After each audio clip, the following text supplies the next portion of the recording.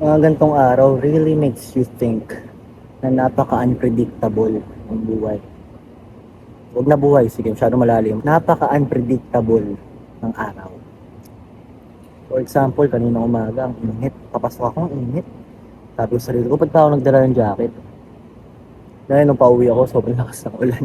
Kakatila lang. Diba?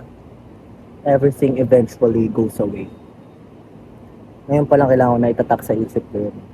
Para in the future, alam ko na not to get attached to certain things.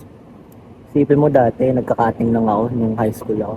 Nung junior high school ako, nagkakating lang ako. Tapos ngayon, kakatapos ko ng final exam. Kanina, last na yon.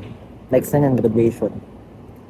Isipin mo yun. The next couple of days, maghanap na ako ng college na papasukan. Minsan nakaka-overwhelm. Pero, lahat naman siguro dumadaan sa ganito, no? Nothing is constant. Nothing sticks. Mapa-school, mapakaibigan, mapababae, mapa-routine, nothing. It all changes. Faster than you think. Sooner than you think. Dati nung bata ako, sinasabi mo, hindi ako iinom. Hindi ako mag-iossi. Hindi ko gagawin niya kasi bad yan. Ano na ngayon? Wala na. Every week kumiinom. Pag nalulungkot, nag-iossi.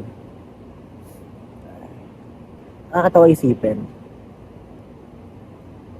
Actually, that's why I'm creating a life na pag nakita ng past self ko, matutuwa. 50-50. Siguro pag yung past self ko nakita picture ko ngayon, matutuwa.